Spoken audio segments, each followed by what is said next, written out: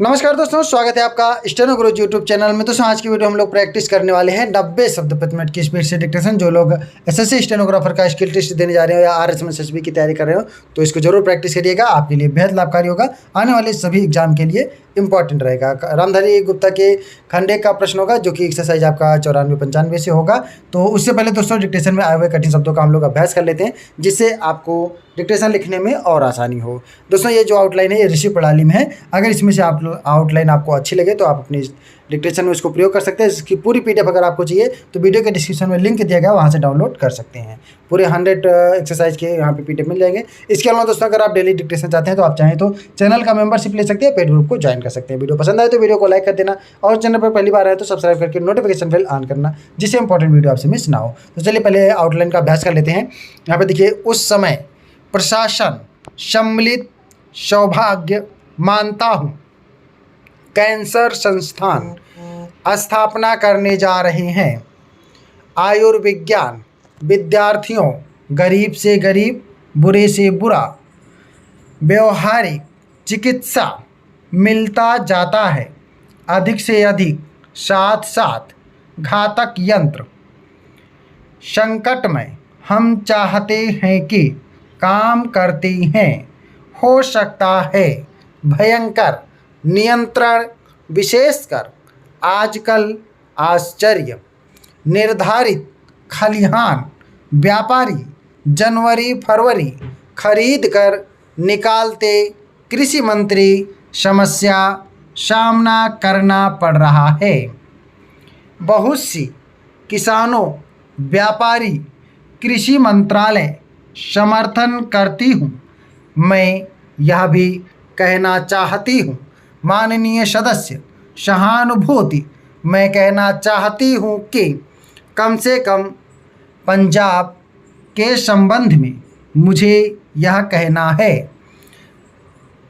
प्रार्थना कर दिया जाना चाहिए, लिया जाना चाहिए, कोई सुविधा नहीं है। मध्य प्रदेश, मुझे यह कहना है कि विभाजन भाषा के आधार पर निर्णय करना है, निवेदन करना चाहता हूँ मातृभाषा। तो चलिए अब डिक्टेशन स्टार्ट करते हैं। इसमें कई आउटलाइन अगर आपको अच्छी लगे तो आप उसको अपने डिक्टेशन में प्रयोग कर सकते हैं। ठीक है, आप डिक्टेशन की ओर बढ़। Ready, 5 second, start. महोदय, उस समय हमारे देश के प्रशासन से कोई संबंध नहीं था, तब अंग्रेजी राज्य था। आज मैं इस शुभ काम में सम्मिलित हो सका, इसको मैं अपने लिए सौभाग्य मानता हूँ। जैसा अभी कहा गया, आप जिन आयुर्विज्ञान कॉलेज और कैंसर संस्थान की स्थापना करने जा रहे हैं, ये दोनों संस्थाएं अपने ढंग की बहुत बड़ी और ऊंचे दर्जे की संस्थाएं होने वाली हैं। मैंने सुना है कि उनमें विभिन्न विभाग होंगे जिनमें विद्यार्थियों को ऊंचे प्रकार की शिक्षा मिलेगी और जहां अच्छे से अच्छे चिकित्सक रखे जाएंगे, जो शिक्षा देने के साथ साथ गरीब से गरीब का और बुरे से बुरे रोग की चिकित्सा भी किया करेंगे। सभी आयुर्विज्ञान कॉलेजों में यही स्थिति होती है कि जो वहां पढ़ाते हैं वे रोगियों को भी देखते हैं और वहां के विद्यार्थी भी पढ़ने के साथ साथ रोगियों को देखते हैं। इस प्रकार उनको साथ ही साथ व्यवहारिक ज्ञान भी मिलता जाता है।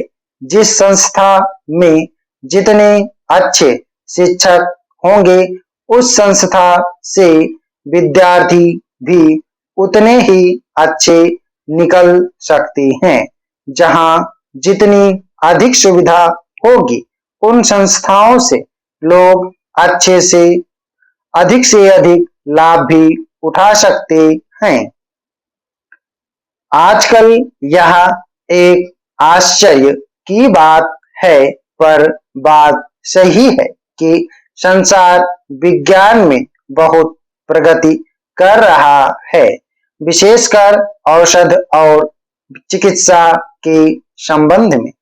पिछले जो 2 युद्ध हुए उनमें जहां एक और अधिक से अधिक घातक यंत्र तैयार हुए, वहीं दूसरी ओर औषधियों के निर्माण में इतनी उन्नति हुई कि जो बहुत से रोग पहले असाध्य समझे जाते थे, वे अब नियंत्रण में आ गए हैं।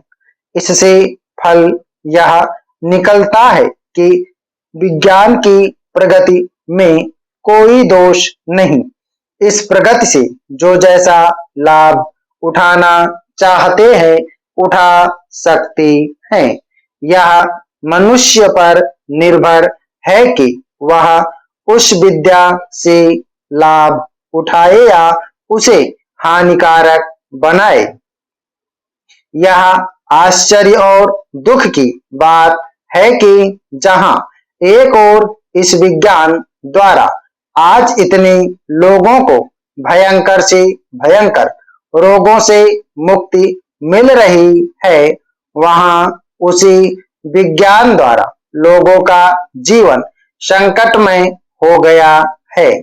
हम चाहते हैं कि हमारे देश के वैज्ञानिक, चाहे वे विज्ञान के किसी भी क्षेत्र में काम करते हों, इस बात को सदा अपने ध्यान में रखें कि यदि विज्ञान का कुछ अर्थ हो सकता है तो वह सेवा होना चाहिए, न कि विनाश। तभी भावी प्रगति होगी। अध्यक्ष महोदय, मैं कृषि मंत्रालय की मांगों का समर्थन करती हूँ। इसके साथ ही मैं यह भी कहना चाहती हूँ कि सदन के सदस्यों को बोलने में बहुत कठिनाई होती है। कई माननीय सदस्य 4 बार बोल चुके हैं। अब अगर किसी महिला को मौका मिला है तो उनको तो सहानुभूति होनी चाहिए। मैं कहना चाहती हूँ कि मैं किसान की लड़की हूँ और खेती करने वाले घर में महिलाएं बहुत काम करती हैं, इसलिए उनको खेती का अच्छा अनुभव होता है। हमारे देश में कम से कम वही होना चाहिए। कम खेती करने वाले घरों में महिलाएं ज्यादा काम करती हैं, उनको हर सुविधा होनी चाहिए। हमारे मध्य प्रदेश में इस वर्ष पानी बहुत कम वर्षा है। वर्षा बहुत कम हुई है। वर्षा कम होने की वजह से फसल बहुत कम हुई है। इसलिए मेरी प्रार्थना है कि किसानों का इस वर्ष का लगान माफ कर दिया जाना चाहिए। उनसे इस वर्ष लगान बिल्कुल नहीं लिया जाना चाहिए। वहां पर किसान ने अगर 5 मन बीज डाला था तो मुश्किल से 10 मन गेहूं ही हुआ होगा। किसान रो रहे हैं, उनको कोई सुविधा नहीं है, इसलिए उनका इस वर्ष का लगान माफ कर दिया जाना चाहिए। आपको चाहिए कि आप गेहूं की कीमत निर्धारित कर दें। किसान की खलिहान में जब गल्ला आता है और उसको जब वह बाजार में ले जाता है तो वहां पर व्यापारी लोग उसको कम कीमत में खरीद लेते हैं और खरीद कर अपने घर भर लेते हैं। बाद में जब जनवरी फरवरी का महीना आता है, उस समय उसको दुगुने या उससे भी अधिक दामों पर बेचते हैं। जनवरी फरवरी से पहले वे गल्ला घरों से निकालते ही नहीं है। किसानों को व्यापारी लोग कम दाम देकर चूसते हैं। किसानों के घर में कुछ नहीं बचता है। इसलिए हमारे कृषि मंत्री जी को सोचना चाहिए कि फसल आने के पहले वह दाम निर्धारित कर दें। फरवरी मार्च में दाम निर्धारित कर दें ताकि किसान का गल्ला कम दामों में ना बिकने पाए। अन्न की समस्या आज बहुत नहीं है। आज लोगों को बहुत कष्टों का सामना करना पड़ रहा है क्योंकि सरकार किसानों से संबंधित कार्यों को समय पर नहीं निपटाती है। समय रहते किसान की उन्नति और खेती के सुंदर विकास के संबंध में मैंने बहुत सी बातें की।